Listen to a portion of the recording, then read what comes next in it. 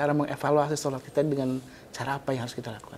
Ya, memang kita harus melihat diri kita sendiri sebenarnya. Kita tidak bisa melihat orang lain, karena sholat itu sangat pribadi.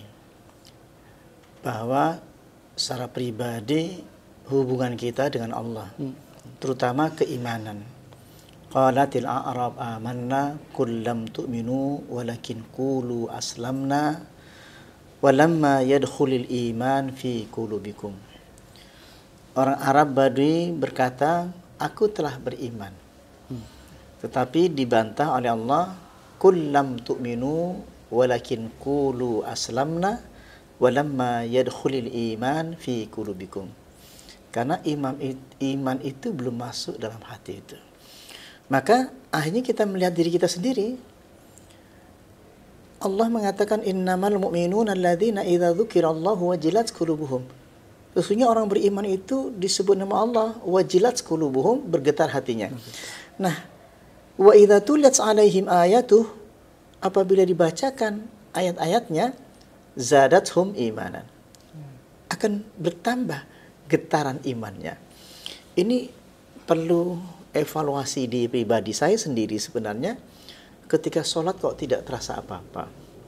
Makanya sampai kamin qaimin halluhu min salati at'abu wa nasab.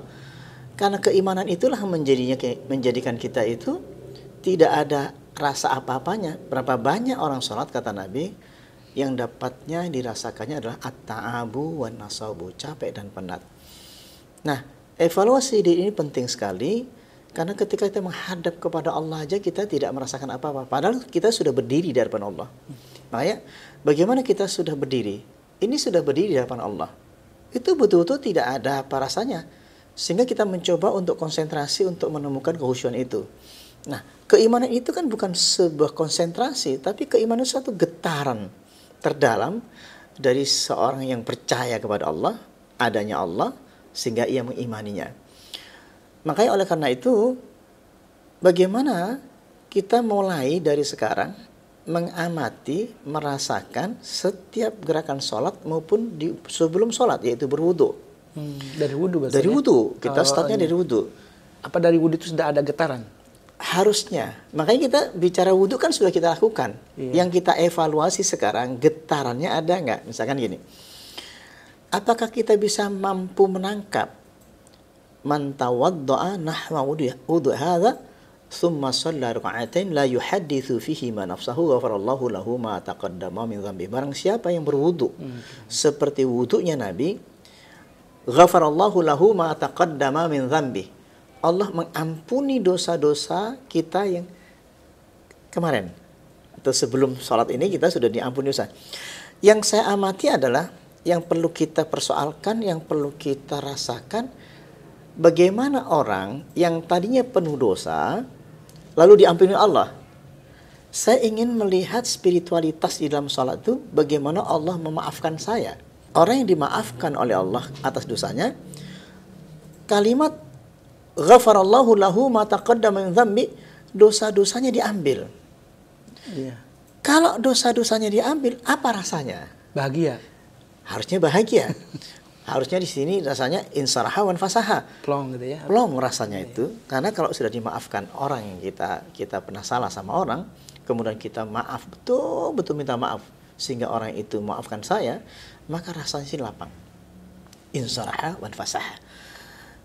Demikian juga orang sholat, sebelum sholat dia berwudu, dia maafkan salat kita itu, maka akan terasa getarannya. Makanya kita akan bahas tentang getaran-getarnya.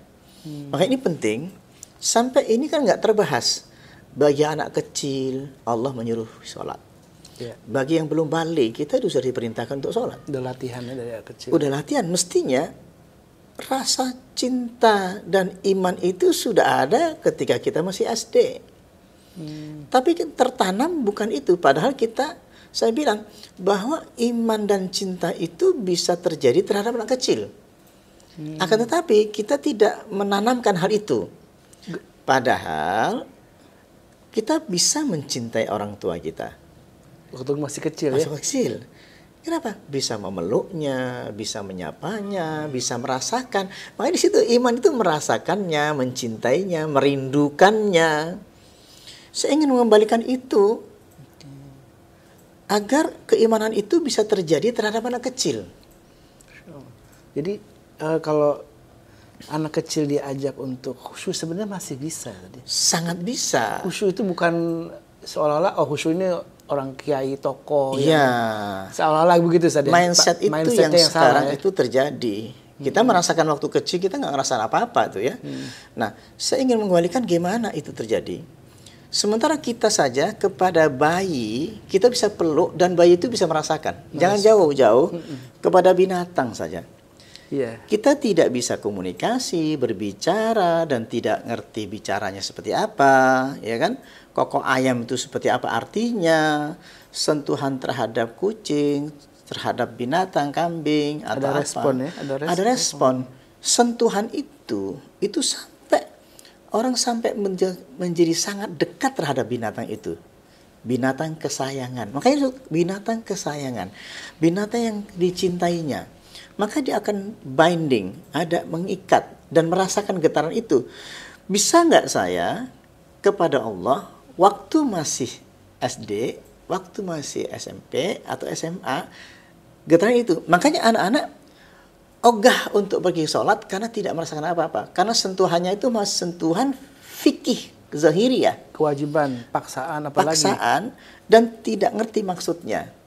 Seandainya itu kita mulai itu dari SD, SMP, SMA, nah itu bisa merasakan, dia bisa membedakan antara kecintaan terhadap manusia, kecintaan kepada Allah sudah ada bisa membedakan. Walakinnallaha habbaba ilaikumul iman wa zayyanahu fi qulubikum wa karraha ilaikumul kufra wal fusuq wal 'isyan. Tetapi Allah turunkan rasa cinta dan iman. Nah, rasa cinta dan iman itu kan rasa yang menghiasi hati, artinya dimasukkan dalam hati, sehingga rasa jahat dalam hati anak kita, rasa jahat hati kita yang dewasa sama dihilangkan oleh Allah. Wa karraha ilaikumul kufra wal fusuq wal 'isyan. Allah bencikan ia tentang sifat-sifat fasik, maksiat dalam hati kita dihapus oleh Allah. Nah, ini kenapa kami berani atau bisa meyakinkan untuk kita sendiri bahwa bisa sholat itu merubah diri saya sendiri.